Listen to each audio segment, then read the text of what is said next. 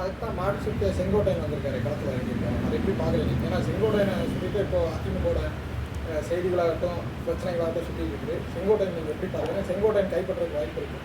இல்லை, இன்னைக்கு கூட நீங்கள் எல்லாம் பத்திரிகையாளர்கள் ஏர்போர்ட்டில் கேட்குற பொழுது அவர் எதுவும் எடப்பாடி பழனிசாமி குறித்து பதிலளிக்க மறுத்திருக்கிறார். அப்போ அவர் இன்னும் திருப்தி அடையலை என்பதைத்தானே காட்டுது. நிர்வாகிகள் பட்டியலில் இப்போ வெளியே இருந்ததில்ல, அவருடைய பெயர் இடம்பெறலை.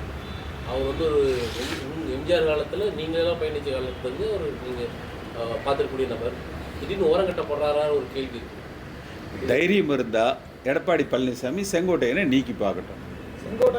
அதாவது இப்படி ஓரங்கட்டப்படுவது இப்படியே ஒவ்வொருத்தரா, அதாவது ஒரு கட்சியில் ஒரு தலைவர் புதிதாக பொறுப்பெடுக்கிற பொழுது பார்த்தீங்கன்னா 3 விதங்கள் நடக்கும். ஒன்று, இருக்கிற கட்சிக்காரங்களை அரவணைத்து ஒருமுகப்படுத்தி அதிகமாக அவர்களை உற்சாகப்படுத்தி வெற்றி வாய்ப்பை அதிகப்படுத்துவாங்க. இரண்டாவது, பொதுமக்கள் அந்த தலைவரை ஏற்றுக்கொண்டு வாக்களிப்பாங்க. மூன்றாவது, புதிதாக வருகிற அந்த வாக்காளர்கள் அந்த தலைவரை ஏற்றுக்கொண்டு வாக்களிப்பாங்க. பல பேர் எனக்கு தெரிஞ்சு சமீபத்தில் கூட ஈரோட்டிலிருந்து சில பேர் என்னை சந்தித்தாங்க. அதுவும் குறிப்பாக பெண்கள்.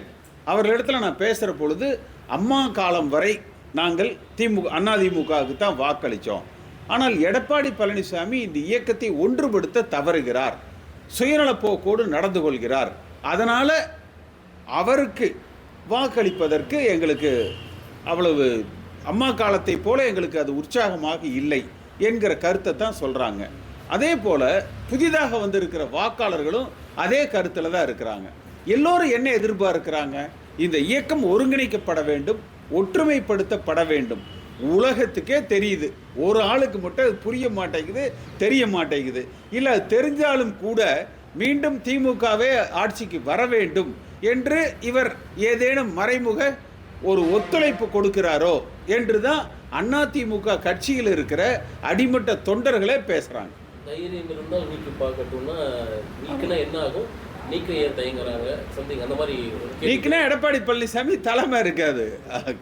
எப்படி ஒரு ஓபிஎஸ் நீக்கினாங்க, அதை கடந்து செங்கோட்டையன் எந்த மாதிரி செல்வாங்க? சரி, இது எல்லாத்துக்கும் ஒரு எல்லை இருக்கு இல்லையா? இப்போ நீங்கள் முதல்ல ஒருத்தர் உங்களை கொஞ்சம் உரசி பார்த்தா அமைதியாக இருப்பீங்க. ரெண்டாவது தடவை கொஞ்சம் முட்டி பார்த்தாங்கன்னா சிறு எதிர்ப்பை காட்டுவீங்க. மோதி பார்த்தா என்ன நடக்கும்? அப்போ அதிமுகவை இருக்கிறவங்களை, ஏற்கனவே பிரிந்தவர்களை, மனமாச்சரியம் கொண்டவர்களை ஒருங்கிணையுங்கள் என்கிற கோரிக்கை வலுத்திருக்கிற நேரத்தில் மாறாக கட்சியில் புரட்சி தலைவர் எம்ஜிஆர் காலத்திலிருந்து பயணிக்கிறவர்கள் மேலும் ஒதுக்கப்படுவார்கள், நீக்கப்படுவார்கள், ஓரங்கட்டப்படுவார்கள். அவர்களது மனம் ஆச்சரியங்கள் பெரிதுபடுத்தப்படும்னா அப்புறம் யார் அதை அந்த தலைமையை யார் ஏற்றுக்கொள்வார்கள்? இப்போ அவனாசியில் அந்த விழா நடக்குது. ரொம்ப சிம்பிளாக ஒரு செங்கோட்டையன் அந்த கருத்தை சொல்கிறாரு. அவர் சொல்வதற்கு முன்பே 3 நாள், அந்த நிகழ்ச்சிக்கு 3 நாளைக்கு முன்பே சொல்லியிருக்காரு. எடப்பாடி பழனிசாமி தொலைபேசியில் செங்கோட்டையனை தொடர்பு கொண்டு, அண்ணே நான் கவனிக்காமல் விட்டுட்டேன், இனிமேல் இந்த தவறு நடக்காமல் பார்த்துக்கலான்னே என்று கூட சொல்லி அந்த பிரச்சனையை முடிச்சிருக்கலாம்.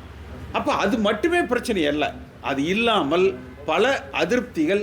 எடப்பாடி பழனிசாமி இந்த இயக்கத்தை ஒன்றிணைக்க தவறுகிறார், எடப்பாடி பழனிசாமி தலைமையில் அதிமுக வலிமையாக இல்லை என்கிற அந்த குறை அடிமட்டத்தில் அதிமுக தொண்டர்கள் திருப்தியாக இல்லை, தலைமையின் மீது நம்பிக்கையோடு இல்லை என்கிற கருத்து தான் அதிகமாக இருக்கு. செங்கோட்டையன் அவர் அதிமுகவில் இருக்கட்டும் இல்லை மாற்று கட்சியாக இருந்தாலுமே ஒரு மதிக்கக்கூடிய எதிர்த்த தரப்பு அரசியல்வாதியாக பார்க்குற நிலைமையில் அவர் எடப்பாடி பழனிசாமி நீக்கிறார் அப்படின்னு சொன்னால் எந்த மாதிரியான விளைவுகளை அவர் சந்திக்க நேர்ந்து நினைக்கிறீங்க? அது ஒரே சொல்லிட்டல, தலைமை மாற்றம் ஏற்படும். எடப்பாடி பழனிசாமி தலைமையில் நீடிக்க மாட்டார். கட்சியோட தொண்டர்களும் கட்சி நல்லா இருக்கும், தலைமை மாற்றம் ஏற்படும். எடப்பாடி பழனிசாமி தொடர்ந்து தலைவராக அடுத்த சட்டமன்ற தேர்தலை சந்திப்பதற்கான வாய்ப்புகள் குறைவாகத்தான் இருக்கும்.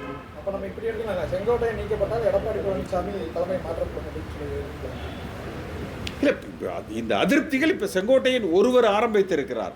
இன்னும் தொடர்ச்சியாக பலர் வருவாங்க. எல்லாத்த விட இன்னும் அதை யாரும் நீங்கள் கவனிச்சிங்களான்னு தெரியல. இன்றைக்கு சென்னை உயர்நீதிமன்றத்தால் ஒரு தீர்ப்பு கொடுக்கப்பட்டிருக்குது. 2013 இருந்து 2021 வரை கனிம வளத்தில் நடந்த கொள்ளை ஊழல், அந்த தாது மணல் கடத்தல் 5000-6000 கோடி ரூபாய் அரசாங்கத்துக்கு இழப்பீடை அந்த நிறுவனங்கள் செலுத்தணும்னு சொல்லியிருக்காங்க. அது மட்டுமல்ல, இதற்கு உடந்தையாக இருந்த கீழ்நிலை அதிகாரிகள் மட்டுமல்ல, அமைச்சர்கள், அரசாங்கத்தின் உயர் பொறுப்பு வகித்த அரசியல்வாதிகள் மீது நடவடிக்கை எடுக்க வேண்டும். சிபிஐ டைரக்டர், சிபிஐனுடைய டைரக்டர் அவரது நேரடி மேற்பார்வையில் இதை புலனாய்வு செய்ய வேண்டும். என்ஃபோர்ஸ்மெண்ட் டைரக்டரேட் இதன் தொடர்ச்சியாக நடவடிக்கைகள் எடுக்க வேண்டும். கஸ்டம்ஸ் அண்ட் எக்ஸைஸ் அந்த துறை இதில் நடவடிக்கை எடுக்க வேண்டும். வருமான வரித்துறை நடவடிக்கை எடுக்க வேண்டும் என்று சென்னை உயர்நீதிமன்றம் இன்றைக்கு உத்தரவிட்டிருக்கிறார்கள்.